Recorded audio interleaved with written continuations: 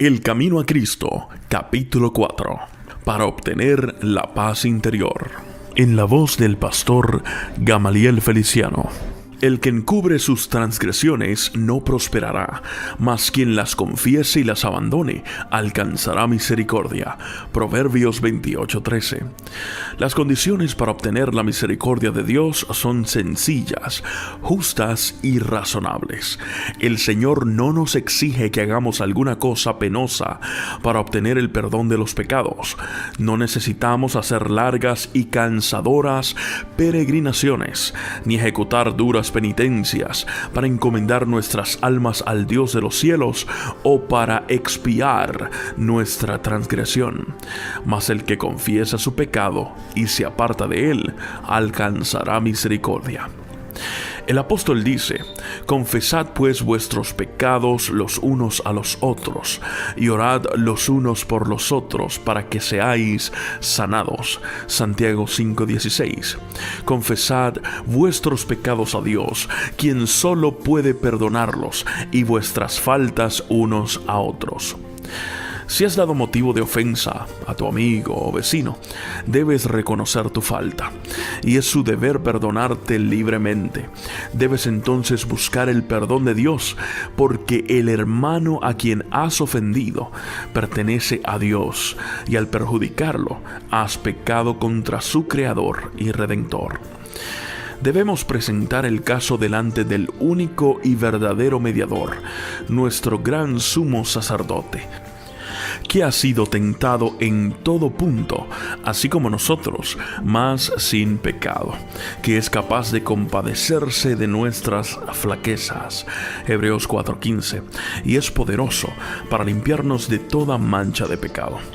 Los que no se han humillado de corazón delante de Dios, reconociendo su culpa, no han cumplido todavía la primera condición de la aceptación.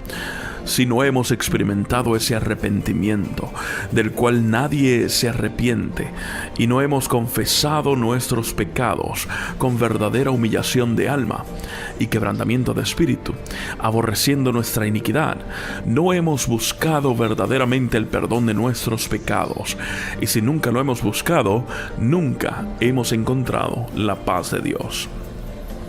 La única razón por que no obtenemos la remisión de nuestros pecados pasados es que no estamos dispuestos a humillar nuestro corazón y a cumplir con las condiciones de la palabra de verdad. Se nos dan instrucciones explícitas tocante a este asunto. La confesión de nuestros pecados, ya sea pública o privada, debe ser de corazón y voluntaria.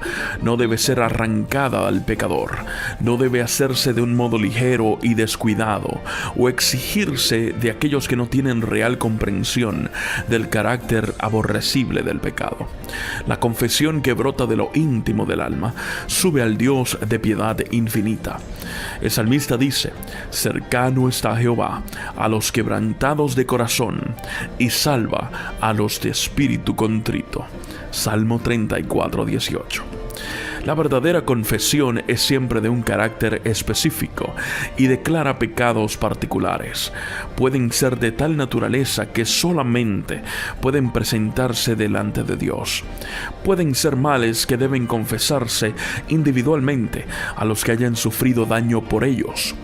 Pueden ser de un carácter público y, en ese caso, deberán confesarse públicamente. Toda confesión debe hacerse definida y al punto, reconociendo los mismos pecados que seáis culpables. En los días de Samuel, los israelitas se extraviaron de Dios. Estaban sufriendo las consecuencias del pecado porque habían perdido su fe en Dios, el discernimiento de su poder y su sabiduría para gobernar a la nación, y su confianza en la capacidad del Señor para defender y vindicar su causa.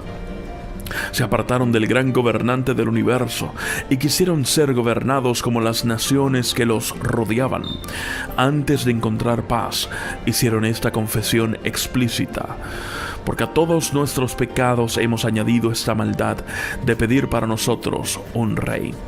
Primera de Samuel 12:19. Tenían que confesar el mismo pecado del cual estaban convencidos. Su ingratitud oprimía sus almas y los separaba de Dios. Dios no acepta la confesión sin sincero arrepentimiento y reforma. Debe haber un cambio decidido en la vida. Toda cosa que sea ofensiva a Dios debe dejarse. Esto será el resultado de una verdadera tristeza por el pecado. Se nos presenta claramente la obra que tenemos que hacer de nuestra parte. Lavaos, limpiaos, apartad la maldad de vuestras obras de delante de mis ojos. Cesad de hacer lo malo, aprended a hacer lo bueno, buscad lo justo, socorred al oprimido, mantened el derecho del huérfano, defended la causa de la viuda. Isaías 1, 16 y 17.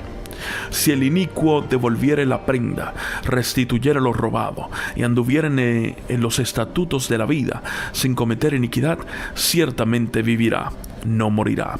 Ezequiel 33, 15. San Pablo dice, hablando de la obra del arrepentimiento: pues he aquí, esto mismo, el que fuisteis entristecidos según Dios, qué solícito cuidado obró en vosotros, y qué defensa de vosotros mismos, y qué indignación, y qué temor, y qué ardiente deseo, y qué celo, y qué justicia vengativa. En todo os habéis mostrado puros en este asunto. 2 Corintios 7:11. Cuando el pecado ha amortiguado la percepción moral, el injusto no discierne los defectos de su carácter, ni comprende la enormidad del mal que ha cometido, y a menos que ceda el poder convincente del Espíritu Santo, permanecerá parcialmente ciego, sin percibir su pecado. Sus confesiones no son sinceras ni de corazón. Cada vez que reconoce su maldad, trata de excusar su conducta, declarando que si no hubiese sido por ciertas circunstancias, no habría hecho esto o aquello de lo que se los reprueba. Después que Adán y Eva hubieron comido de la fruta prohibida, los embargó un sentimiento de vergüenza y terror. Al principio, solamente pensaban en cómo podrían excusar su pecado y escapar de la terrible sentencia de muerte. Cuando el Señor les habló tocante a su pecado, Adán respondió, echando la culpa en parte a Dios y en parte a su compañera. La mujer que pusiste conmigo aquí me dio del árbol y comí. La mujer echó la culpa a la serpiente, diciendo, la serpiente me engañó y comí. Génesis 3, 12 y 13. ¿Por qué hiciste la serpiente? ¿Por qué le permitiste que entrase en el Edén? Esas eran las preguntas implicadas en la excusa de su pecado, haciendo así a Dios responsable de su caída. El espíritu de justificación propia tuvo su origen en el padre de la mentira y ha sido exhibido por todos los hijos e hijas de Adán. Las confesiones de esta clase no son inspiradas por el Espíritu Divino y no serán aceptables para Dios.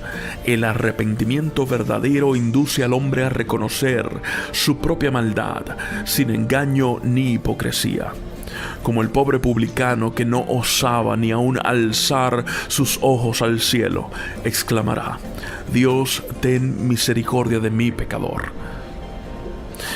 Y los que reconozcan así su iniquidad serán justificados, porque Jesús presentará su sangre en favor del alma arrepentida. Los ejemplos de arrepentimiento y humillación genuinos que da la palabra de Dios revelan un espíritu de confesión sin excusa por el pecado, ni intento de justificación propia. San Pablo no procura defenderse, pinta su pecado como es, sin intentar atenuar su culpa. Él dice, lo cual también hice en Jerusalén, encerrando yo mismo en la cárcel a muchos de los santos, habiendo recibido autorización de parte de los jefes de los sacerdotes, y cuando se les daba muerte, yo echaba mi voto contra ellos, y castigándolos muchas veces por todas las sinagogas, les hacía fuerza para que blasfemasen, y estando sobremanera enfurecido contra ellos, iba en persecución de ellos hasta las ciudades extranjeras. Hechos 26, 10 y 11. Sin vacilar declara, Cristo Jesús vino al mundo para salvar a los pecadores, de los cuales yo soy el primero. Primera de Timoteo 1:15. El corazón humilde y quebrantado, enternecido por el arrepentimiento genuino, apreciará algo del amor de Dios y del costo del Calvario. Y como el Hijo se confiesa a un Padre amoroso, así presentará el que esté verdaderamente arrepentido todos sus pecados delante de Dios. Si confesamos nuestros pecados, Él es fiel y justo para perdonarnos nuestros pecados y limpiarnos de toda iniquidad. Primera de San Juan 1:9.